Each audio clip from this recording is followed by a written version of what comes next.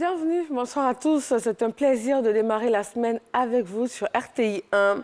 Lutte contre la maladie à coronavirus, les autorités sanitaires continuent de sensibiliser au respect des mesures barrières et au dépistage.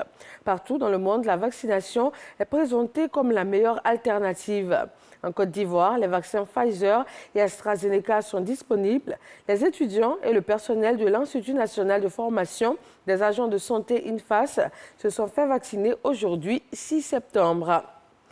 À partir du 30 juin 2022, les Ivoiriens établis hors de la Côte d'Ivoire depuis la crise post-électorale ne bénéficieront plus du statut de réfugiés.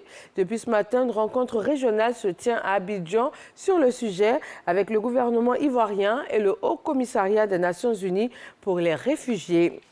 Une autre rencontre sous-régionale ici à Abidjan avec l'Union européenne et monétaire ouest-africaine UEMOA qui se penche sur l'amélioration du système d'information énergétique. Jean-Luc Bangbo. C'est un outil stratégique de décision pour l'élaboration et le suivi de la mise en œuvre des politiques énergétiques de l'UEMOA, l'Union économique et monétaire ouest-africaine. Le système d'information énergétique au centre de cet atelier présente des avantages indéniables. Ça nous permet aujourd'hui de connaître l'offre, n'est-ce pas, de production des différents pays à travers les types d'énergie, mais aussi à partir de là, de pouvoir planifier les infrastructures énergétiques qu'il faut mettre en place, puisque nous avons la demande en face. Donc c'est un instrument de planification et je crois qu'il est très utile.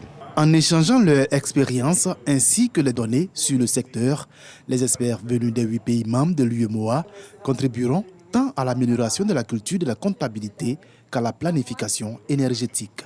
Pour la Côte d'Ivoire, ça va permettre une meilleure connaissance des données des différents pays de l'espace. Et vous savez que la Côte d'Ivoire est un hub énergétique dans la sous-région. Donc, à partir de la meilleure connaissance et du partage des connaissances, des informations énergétiques dans les autres pays, on pourra donc s'organiser mieux pour faire face à cette demande sous-régionale, de sorte à être toujours au centre de cette activité énergétique dans la sous-région. Les 50 experts du secteur auront 5 jours pour procéder à la restitution des travaux d'amélioration de cette plateforme, mais également pour former les équipes techniques en charge de l'exploitation de cette plateforme dont la mise en œuvre a été financée par l'Organisation internationale de la francophonie, OIF et l'UEMOA. En Guinée, le lieutenant-colonel Mamadi Doumbouya a eu une rencontre ce lundi avec tous les membres de l'ancien gouvernement et aussi les responsables d'institutions. La réunion a été retransmise à l'extérieur du Palais du Peuple par des haut-parleurs. Le nouvel homme fort guinéen promet la mise en place d'un gouvernement d'union nationale. Il assure également qu'il n'y aura pas de chasse aux sorcières. Le porte-parole de l'armée a annoncé l'ouverture des frontières terrestres et aériennes pour les échanges commerciaux et humanitaires. Le retour de Yahya Jammeh à Banjul fait l'objet de tractations en Gambie. Le parti au pouvoir et celui de l'ancien président ont signé une alliance. Tous les détails de cet accord ne sont pas encore connus.